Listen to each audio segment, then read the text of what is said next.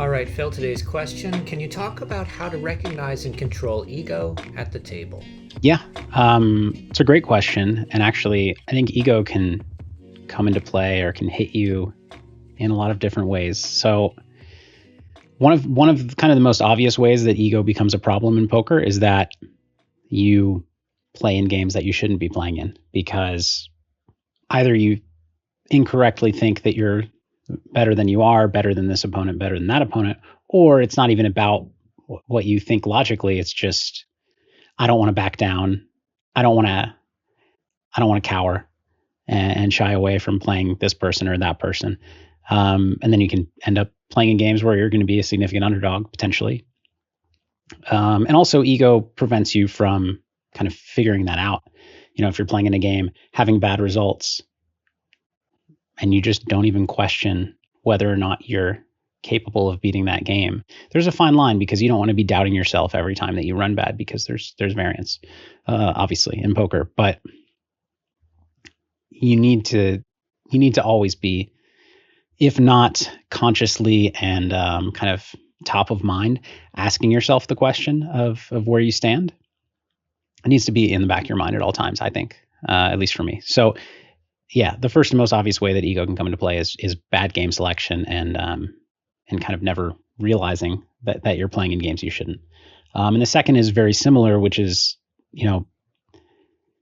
not understanding that you need to study, that you could benefit from studying, that you could benefit from asking a friend, or asking a coach or somebody else about the way that you play, your strategies, things like that.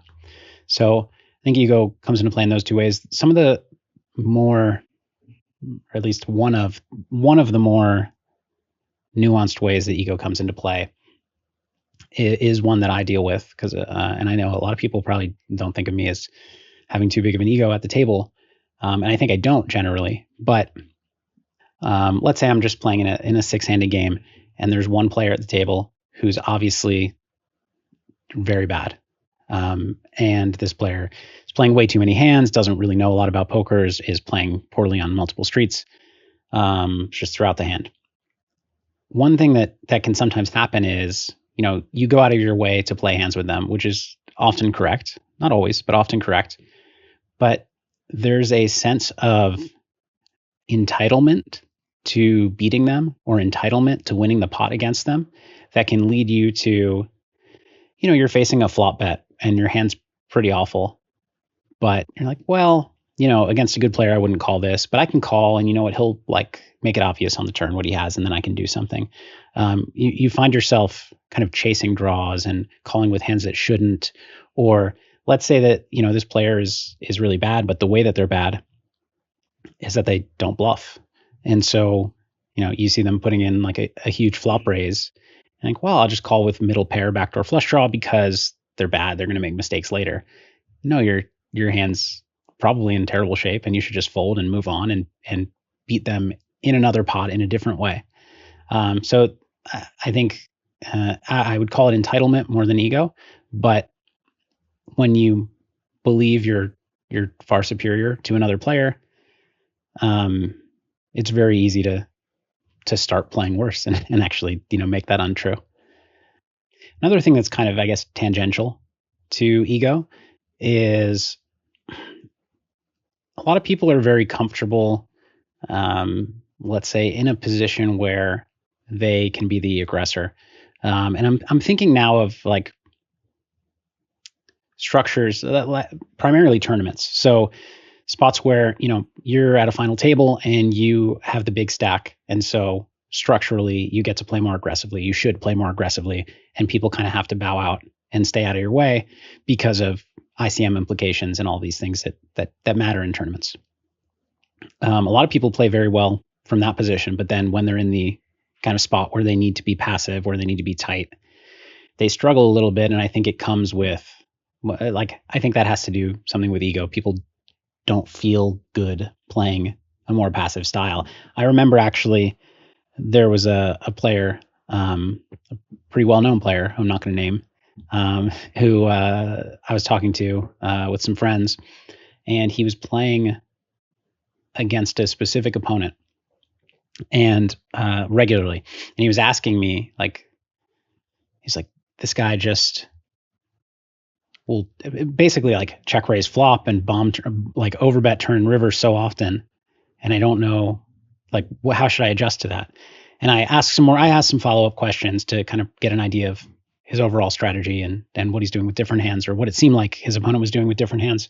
And the answer was, you have to slow play a lot, and you have to start like, in some cases it was like check back flop, because he's check raising turn and bombing river once you check back flop.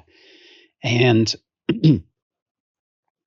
and you don't fight fire with fire in this case, because what's going to happen is he's going to lose more money putting in way too much money against your good hands, the way that he's playing. And this guy, he didn't like my advice because he likes to be the aggressor.